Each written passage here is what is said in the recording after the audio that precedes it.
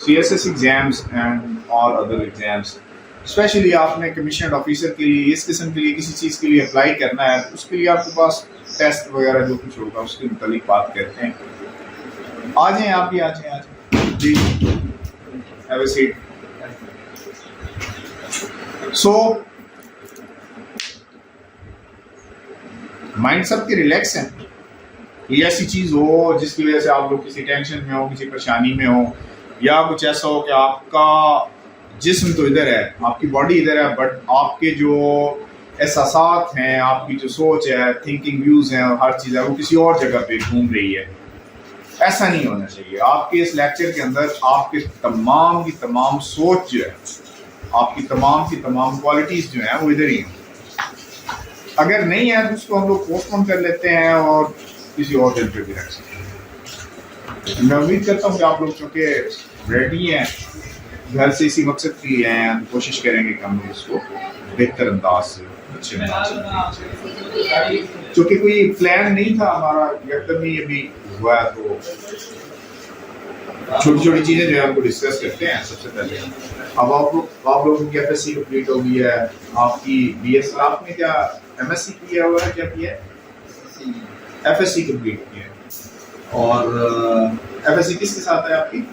Engineering. FSC engineering, good हो गया। सो सबसे पहले जो चीज़ है ना, जैसा कि मैंने अभी आपके सामने एक बात की है, मेरे सामने एक लैपटॉप पड़ा हुआ है, ये कोई भी चीज़ है, बोतल है, ठीक है, इस बोतल के अंदर पानी है। अगर ये बोतल ना हो, पानी किधर जाएगा? सी बात है कि हो जाएगा, जो एक ऐसे वैक्यूम में चला जाएगा जो उसको संभाल, अभी एक बोतल में समाया हुआ है, उसके बाद फिर ये फुल एनवायरनमेंट संभाल लेगा। हाँ, यानी किसी और एनवायरनमेंट नहीं है, उसको आप एडजस्ट कर सकते हैं। आपको पता है जो पानी है, ये अगर मैं इस बोतल में डालूं, यहाँ पे ग्लासेस थे, इस गिलास में डाल दूं, किसी बर्तन में डाल दूं, तो क्या ये उसमें आ जाएगा? ये नहीं आएगा। आ जाएगा, पॉसिबल है। सोच लें, ये नो कि मैं आपसे सवाल पूछ रहा हूँ और आपको उसकी नहीं समझ आ रही। ये पानी वाला बोतल, सॉरी, ये बोतल वाला पानी आप किसी और बर्तन में डालेंगे, ये उस बर्तन में समा जाएगा। कोई गिलास हो, कोई भी हो, एनिमल कोई भी हो सकता है, आ जाएगा। इसी पानी को अगर मैं कुछ -डिग्री पे रख देता हूँ कुछ टाइम के लिए, स्पेसिफिक टाइम है उसके लिए मैं रख देता हूँ, ये बर्फ बन जाता है, ये बर्फ बन जाता है। तो जब ये आइस में कन्वर्ट हो जाएगा, बर्फ बन जाएगा, तो क्या आप इसको इस बोतल में या उस गिलास में या किसी और चीज में रख सकते हैं सेम उसकी पोजीशन में? नहीं। Why? पानी वही है, पानी वही है, उसकी स्टेट, उसकी हालात चेंज हो चुके हैं। बिल्कुल। इसी तरह से इंसान भी हैं, आपके सामने फिर रहे हैं, ठीक है। आपके जो इंटरव्यूज किए जाते हैं, आपको जो कुछ आपने तालीम हासिल, एजुकेशन जो की होती है, अभी आपने FSC कंप्लीट कर रखी है, भाई ने BSc कर रखी है, इस तरह से बाकी जो सब हैं उन्होंने एजुकेशन ले रखी है। आपके माँ बाप ने बड़ी मेहनत की होगी आप सब लोग, तभी आप लोग यहाँ तक पहुँचे हैं, और अभी आप लोग तैयारी कर रहे हैं मुख्तलिफ सीट्स के लिए।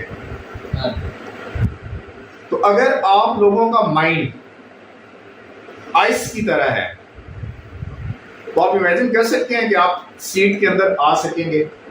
आप एक बैंक के अंदर जॉब करना चाहते हैं, आप पुलिस के अंदर जॉब करना चाहते हैं, आप किसी और डिपार्टमेंट में जॉब करना चाहते हैं, आप 11 22 पे जॉब करना चाहते हैं, आप एक डॉक्टर बनना चाहते हैं, या किसी भी फील्ड में जाना चाहते हैं, इंजीनियरिंग की किसी फील्ड में जाना चाहते हैं, इज इट पॉसिबल कि आप आइस की तरह से उसमें फिट हो सकते हैं? व्हाई? बेशक आइस कोल्ड हो, चिल रहने से भी जरूरी नहीं होता कि आप उसके पास वो मैटर उस तरह का हो कि आप किसी भी प्लीज थोड़ा सा ना अपनी वॉइस जो है वो हाई कर ले ताकि वो समझ आ सके, थोड़ा सा ना इसमें दुश्वारी हो रही है।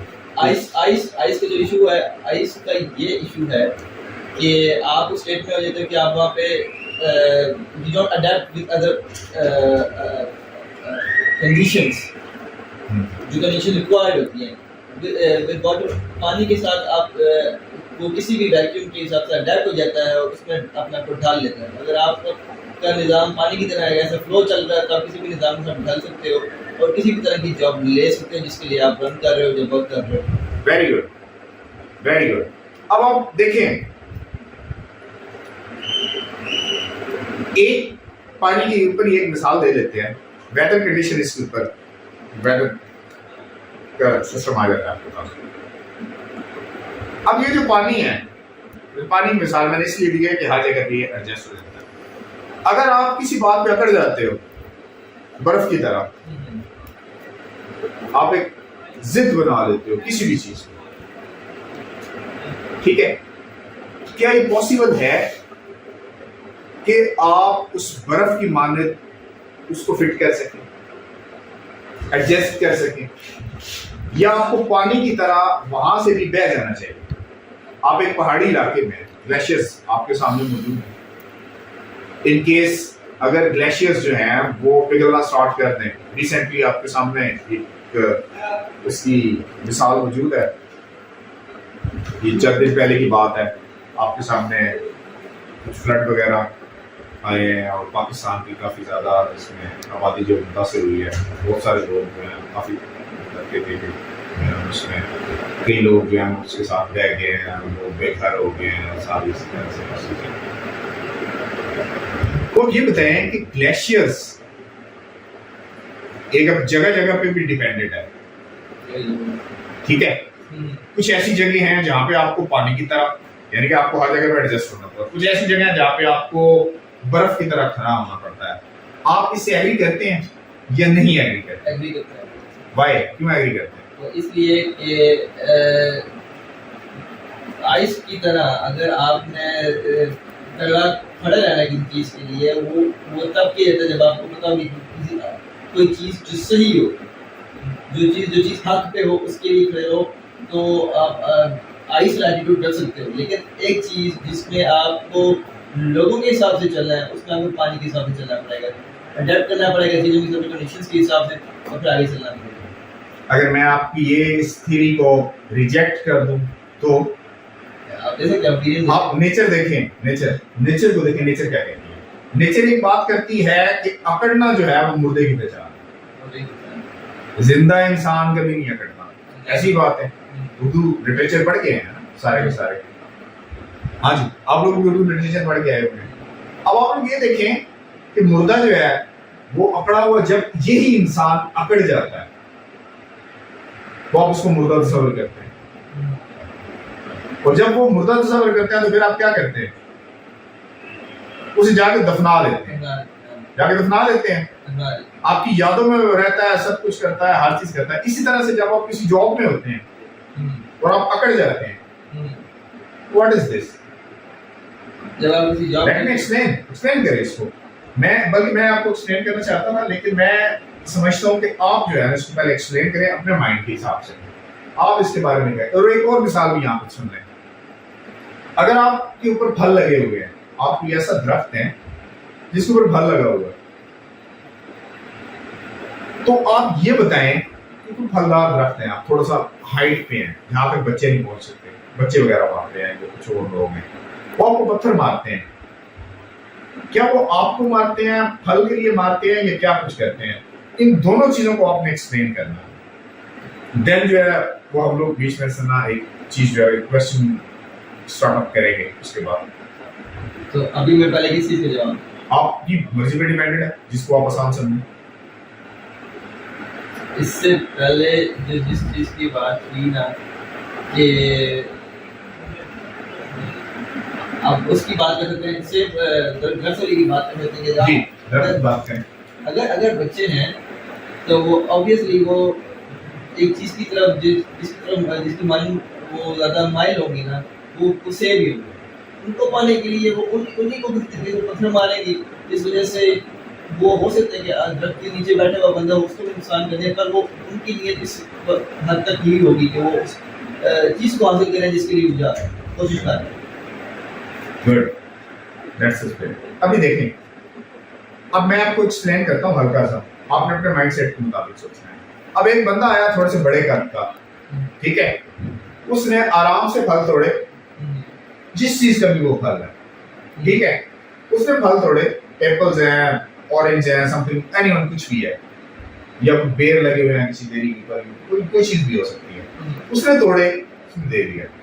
एक वो बंदा है, ठीक है, एक वो बंदा है, ये एक वो बच्चा है, ये इस तरह से है, उसने एक छड़ी उठाई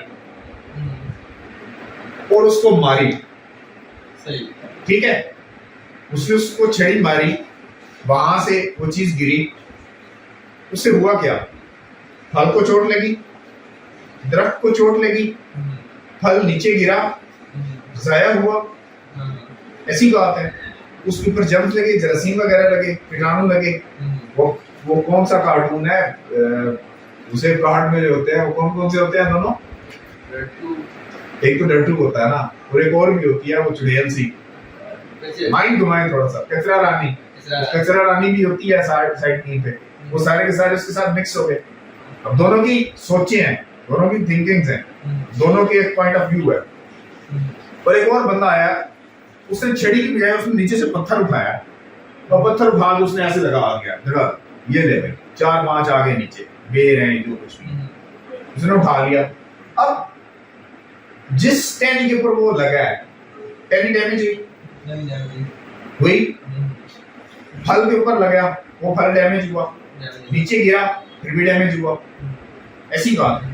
अब आप ये बताएं, इसी के अंदर से एक क्वेश्चन है, इसी के अंदर से एक क्वेश्चन है। अभी माइंड मैं आप लोगों को इसलिए घुमा के अंदर से ये दे रहा हूं कि ताकि आप लोगों का माइंड जो है वो एक साइड पे ना रहे। मैंने इसलिए कहा था शुरू में कि आपका माइंड जो है वो स्ट्रेट फॉरवर्ड रहे, यहाँ पे रहे, और पूरी तरह से उसको आपने हर साइड पे चारों सिमतों में उसको रखना है, ठीक है।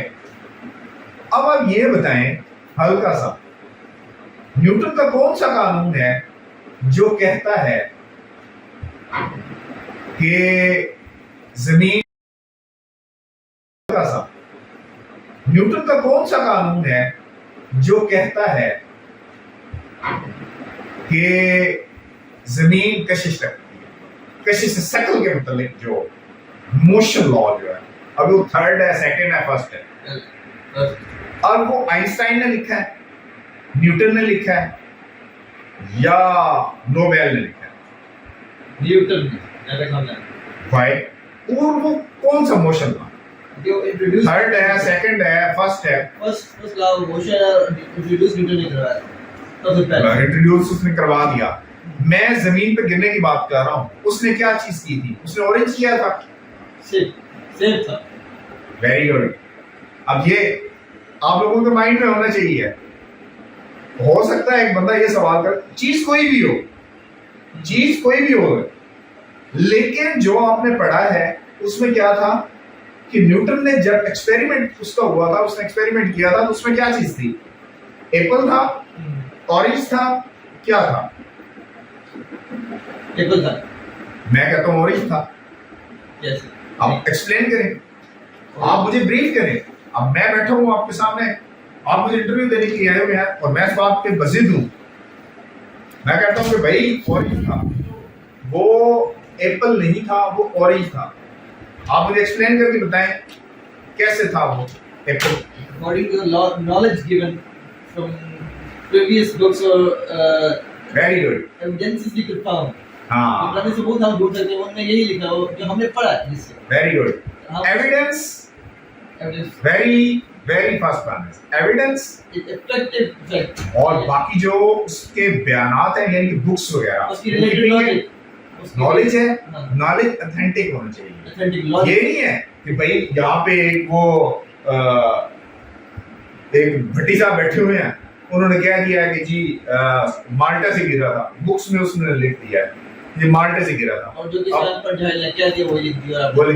वो आप उसको पीछे लेके उस तरह सोशल मीडिया की तरफ भागना स्टार्ट नहीं कर देना।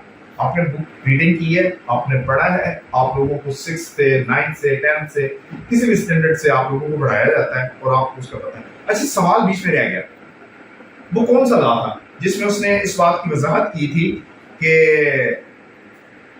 सेब जो है वो जमीन की तरफ ही क्यों गिरता है, ये ऊपर की तरफ क्यों नहीं जाता? पहला रॉन्ग। पहला ही था, राइट? मैंने हमने पढ़ा। रॉन्ग। फिर दूसरा होगा, तीसरा नहीं है। Why? Will you please explain? Will you please पहला ही elaborate? दूसरा है, जहाँ पे बताएं मुझे first, second and third. Third law कोई और बताना चाहता है भाई या सिर्फ सुनना चाहते हैं? ठीक है जी, आप। Third law of the motion है न्यूटन का, वो ये every action is always a reaction. Every action to every action there is always a reaction। Reaction, यानी मैं अगर एक बॉल मारता हूँ दीवार के ऊपर तो उसका रिएक्शन रिएक्शन होगा। ये कौन सी चीज लग गई न्यूटन की? छड़ी उठाया या पत्थर उठाया? उसी बेरी के दरख्त की बात कर रहा हूँ या उस चीज की बात कर रहा हूँ? आ जाए आप भी। अच्छा, बेरी के दरख्त की बात कर रहा हूँ, ठीक है, या किसी और दरख्त की बात कर रहा हूँ, उसने एक पत्थर उठा के लगाया भिड़क। ये कौन सा लॉ था न्यूटन का? इस ऊपर कौन सा लगता है? Second, third, first? अभी अभी एक्शन के ऊपर रिएक्शन हुआ है। अभी तो एक्शन हो रहा है। हाँ, जब वो पत्थर मारेगा दीवार पर, जब रिएक्शन होगा तो तीसरा लॉ होगा। जब वो मारेगा तो दूसरा है तो बस। अब आप लोगों ने पढ़ा हुआ है, बार बार पढ़ा हुआ है, ऐसे क्वेश्चन से आप लोगों को फंसाते हैं, ठीक है? कैसे फंसाते हैं? आपने फेवरेट पर्सनैलिटी लिख दिया बीच में कोई एक, आपने अपना एक फेवरेट सिटी लिख दिया है, मिसाल के लिए आपने लिख दिया फेवरेट सिटी लाहौर, ठीक है, लाहौर लिख दिया है। अब लाहौर फेवरेट सिटी है आपका, उस बात से नहीं पूछना जो बात हो रही है मुर्दे वाली। ये ना हो कि मैं बात कर रहा हूँ, मैं आप लोगों को बता रहा हूँ और आप लोग उस बात को, उस माइंड को भूल जाएं, उस चीज को भूल जाएं, आपके माइंड से निकल जाए। ये क्या हो रहा है?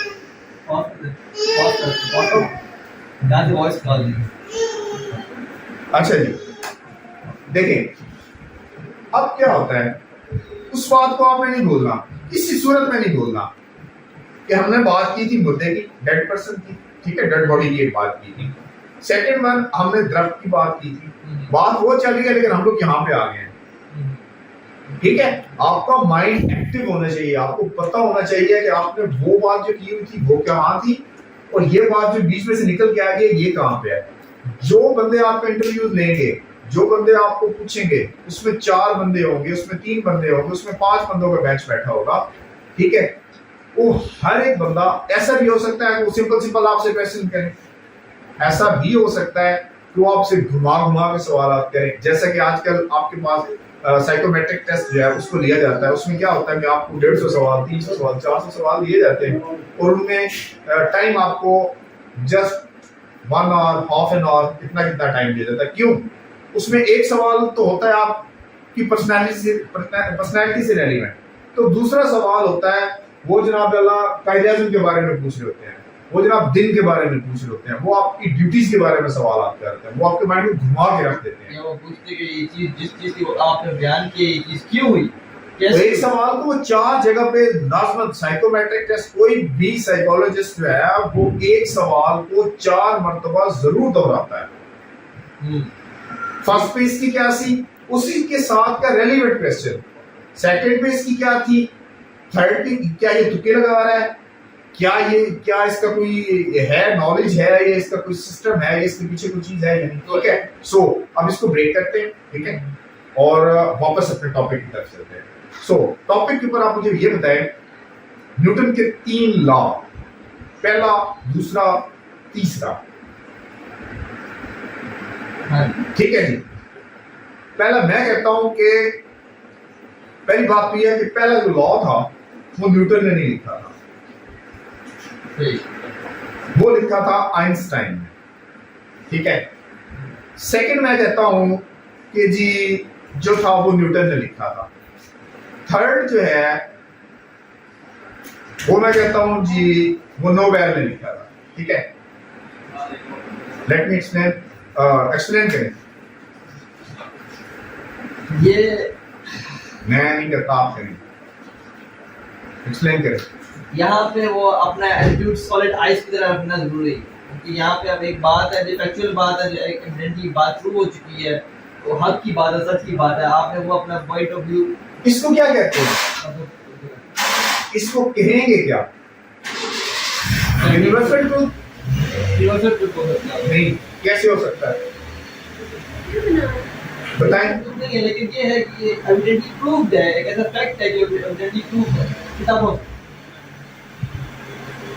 से, एक फैक्ट है जो एविडेंटली एविडेंस के थ्रू। अब मैं कहता हूँ सूरज मगरब की तरफ से निकलता है, मैं कहता हूँ सूरज मगरब की तरफ से निकलता है, वो हो सकता है। टेल मी, हो सकता है, इज इट पॉसिबल? ये लोगों के इट इज नॉट पॉसिबल, लेकिन हो सकता है लोगों के different kind of different knowledge और डिफरेंट बुक्स, लेकिन असल अब मैं कह रहा हूँ, आप देख रहे हैं, आप बैठे हुए हैं सारे लोग, कि सूरज जो है वो इस साइड से आ रहा है, अगर मैं कहूँ कि सूरज इस साइड से आता है, तो आप कैसे एक्सप्लेन करेंगे? हमें प्रूव करना पड़ेगा, प्रूफ करना पड़ेगा। हाँ, प्रूफ दे मुझे, उन एविडेंस की बेस पे, आपके उन प्रूफ्स की बेस पे, आपके उस तज्जिये की बेस पे आप उसकी वजाहत करेंगे। अब मुझे उनकी वजाहत दें, मैंने बता दिया, मैं तो उसको रिजेक्ट कर रहा हूँ कि न्यूटन ने पहला, दूसरा, तीसरा नहीं इंट्रोड्यूस करवाया। पहला आइंस्टाइन ने करवाया, दूसरा न्यूटन ने करवाया और तीसरा नोबेल ने करवाया। अगर मैं ये कहता हूं तो आप मुझे रॉन्ग साबित करके दिखाएं। आपने माइंड बिल्डअप करने हैं, कल को आपने किसी जगह पे कमांड करनी है। एक बंदा आपके पास आ जाता है, वो कहता है कि सर आप किसी, इंशाल्लाह आप किसी न किसी सीट पे बैठेंगे। एक बंदा आ जाता है, वो आपको कहता है कि सर फलां जो बंदा है ना, आसिफ जो है सर, वो अपना काम ठीक नहीं कर रहा, सर वो फलां कर रहा है, सर वो ये कर रहा है, सर वो कर रहा है, सर वो फलां कर रहा है। क्या आप ऐसा करेंगे कि उस बंदे के कहने के ऊपर आसिफ को रगड़ देंगे? नहीं। लेकिन एक मिनट, अगर आप उसके कहने पे आसिफ को नहीं रगड़ते, उसके कहने पे आसिफ को नहीं रगड़ते, आपने फिर आसिफ पे डिफेंस कैसे करना है? हम जरूरी नहीं कि हम आसिफ पर डिफेंस ही करें, हम जिस पोजीशन पे रह के अपनी ड्यूटी दे रहे हैं, हम उस पोजीशन की रिक्वायर्ड जितनी भी ड्यूटीज है बस उन्हीं को सर अंजाम देंगे। आप एक सीनियर ऑफिसर हैं, आप एक सीट पे अपॉइंट किया गया आपको, यस, आपको आपका जिसको आपने अपॉइंट किया हुआ है 20 बंदों के ऊपर, 50 बंदों के ऊपर, 100 बंदों के ऊपर, वो बंदा आपको आके रिपोर्ट सबमिट करवा रहा है that he was guilty, that he was engaged in fla fla fla, that he was something so and so, कुछ भी कह सकता है वो। और मुझे ये बताएं कैसे आप उस पर डिफेंस करेंगे, या करेंगे या नहीं करेंगे? ये उसकी बात पे अमल करते हुए आप कहेंगे कि ठीक है, he is right, जो उसने आके रिपोर्ट सबमिट कर दी है, he is right, he is absolutely right, and जो कुछ उसने बता दिया है वो बिल्कुल 100/100 है। if he is